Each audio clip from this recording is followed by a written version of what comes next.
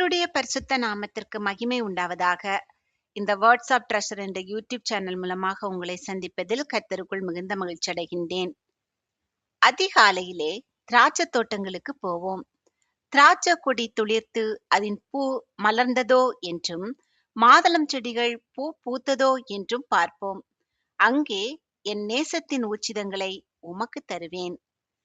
நாம் இப்போது சாலமோனின் உன்னத பாட்டு புத்தகத்தில் 7வது அதிகாரத்தினுடைய கேள்விகள் மற்றும் பதில்கள் குறித்து பார்க்கலாம். பாதரட்சைகள் இட்ட யாருடைய பாதங்கள் மிகவும் அழகா இருக்கிறது?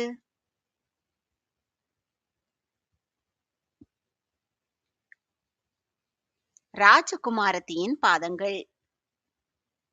ராஜகுமாரத்தியின் இடுப்பின் வடிவு எதை போலிருக்கிறது?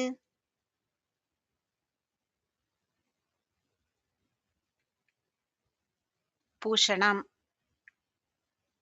பூஷணம் யாருடைய வேலையா இருக்கிறது?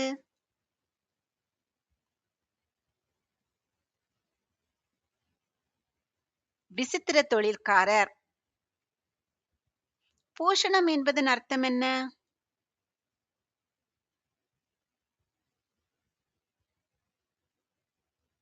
அணிகலன். திராட்சரசம் நிறைந்த வட்ட கலசம் போலிருக்கிறது எது?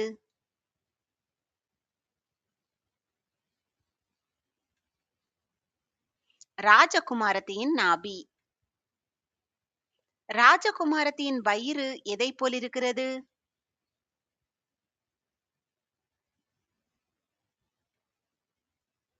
கோதுமை அம்பாரம் போல். ராஜகுமாரத்தியின் வயிறு எவைகள் சூழ்ந்த கோதுமை அம்பாரம் போலிருக்கிறது?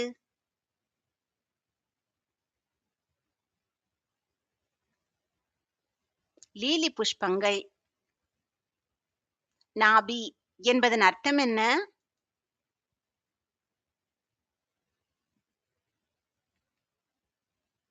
தொப்புள். அம்பாரம் என்பதன் அர்த்தம் என்ன?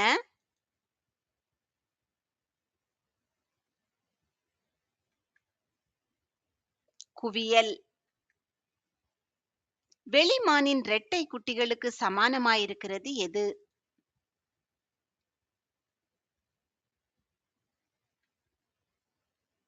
ராஜகுமாரத்தியின் 2 ஸ்தனங்கள். ராஜகுமாரத்தியின் கழுத்து எதினால் செய்த கோபுரத்தை போலிருக்கிறது?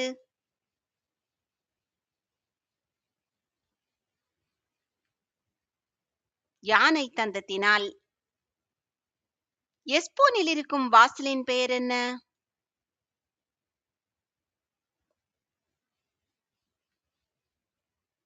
பத்ரபீம். எஸ்போனிலே பத்ரபீம் வாசலண்டையில் இருப்பது எது?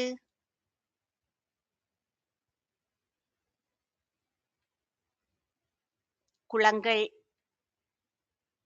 எஸ்போனிலே பத்ரபீம் வாசலண்டையில் இருக்கும் குளங்களை போலிருப்பது எது?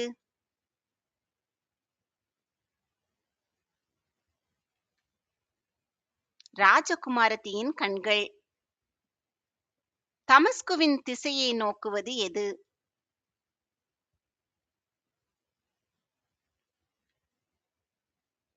லீபனோனின் கோபுரம். லீபனோனின் கோபுரத்தை போல் இருப்பது எது?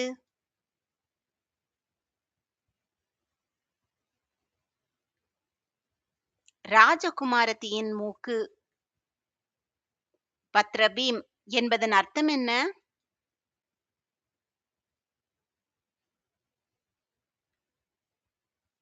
புரிந்து கொள்வதற்கான தீவிரம். ராஜகுமாரத்தியின் சிரசு எதை போலிருக்கிறது?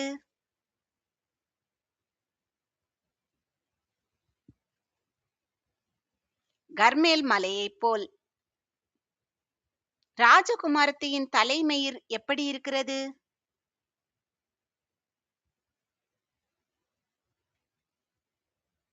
இரத்தாம்பரமயமாய். ராஜா எவைகளில் மயங்கி நிற்கிறார்?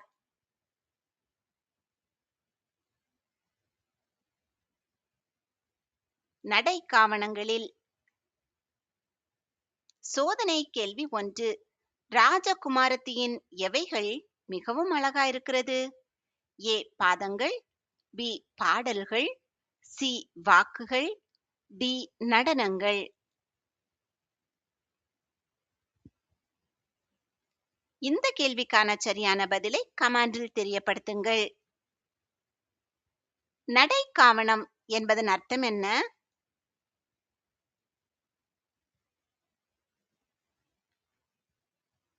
மயிர்ச்சுருள் அல்லது தலைமயிர். ராஜகுமாரத்தி எதை உண்டாக்குகிறாள்?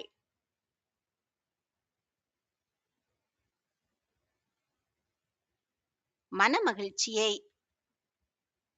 ராஜகுமாரத்தியாகிய ரூபவதி எவ்வளவு டேஷ்?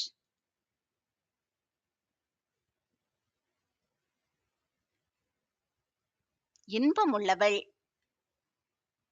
ராஜகுமாரத்தியின் உயரம் எதை போலானது?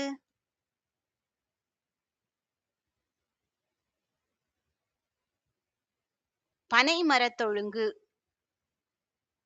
ராஜகுமாரத்தியின் ஸ்தனங்கள் எதை போல இருக்கிறது?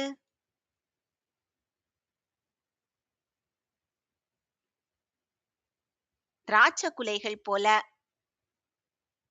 நேசர் பனை மரத்தில் ஏறி எதை பிடிப்பேன் என்று சொன்னார்?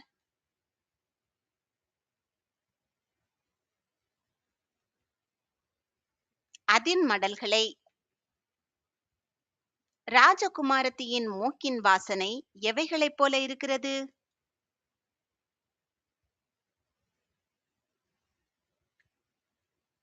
கிச்சிலி பழங்கள்.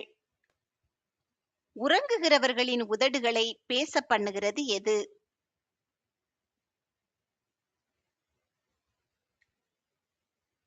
நல்ல திராட்சரசம். நல்ல திராட்சரசத்தை போல் இருக்கிறது எது?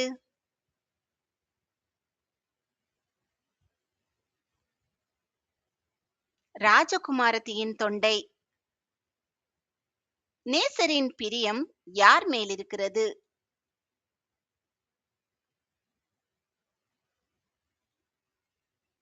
ராஜகுமாரத்தியாகிய ரூபவதியின் மேல். ராஜகுமாரத்தி தன் நேசரை எங்கு போக அழைத்தாள்?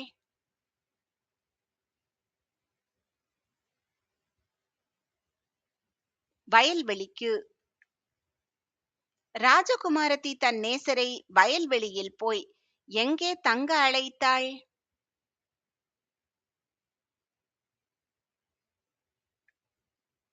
கிராமங்களில். அதிகாலையிலே எங்கே போவோம் என்று ராஜகுமாரத்தி தன் நேசரிடம் கூறினாள்?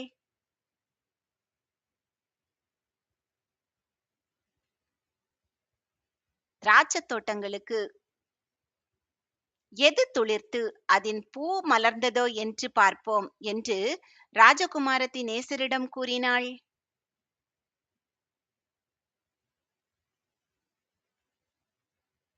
திராட்சக் கொடி.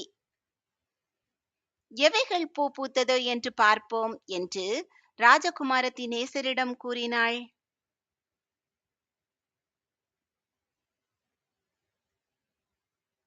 மாதளம் செடிகள். திராட்சத் தோட்டத்திலே எவைகளை நேசருக்கு தருவதாக ராஜகுமாரத்தி கூறினாள்?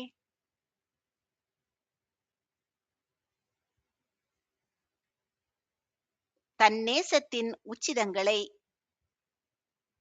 உச்சிதங்கள் என்பதன் அர்த்தம் என்ன?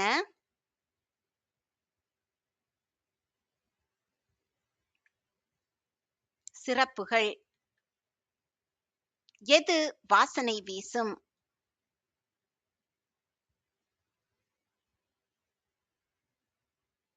தூதாயும் பழம். திராட்சத் தோட்டங்களின் வாசல்கள் அண்டையில் எப்படிப்பட்ட அருமையான கனிகள் உண்டு?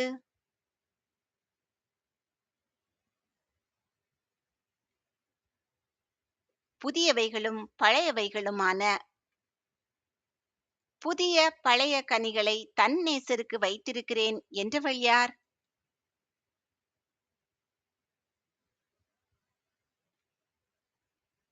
ராஜகுமாரத்தி.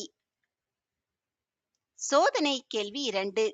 ராஜகுமாரத்தியின் இடுப்பின் வடிவு எதைப் போலிருக்கிறது?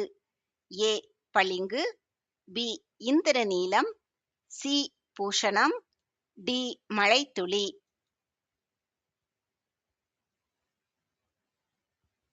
இந்த கேள்விக்கான சரியான பதிலை கமெண்டில் தெரியப்படுத்துங்கள். தூதாயிம் என்பதன் அர்த்தம் என்ன?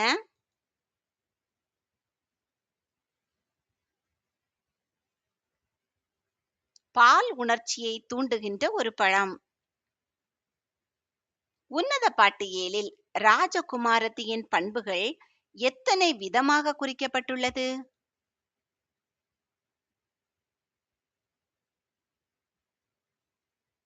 13 விதங்கள். கர்த்தர் உங்களை ஆசீர்வதித்து, பாதுகாத்து, பராமரித்து, போஷித்து, அநேகருக்கு ஆசீர்வாதமானவர்களாக வைத்து வழிநடத்துவாராக. நான் என் நேசருடையவள், அவர் பிரியம் என்மேல் இருக்கிறது. ஆமேன்.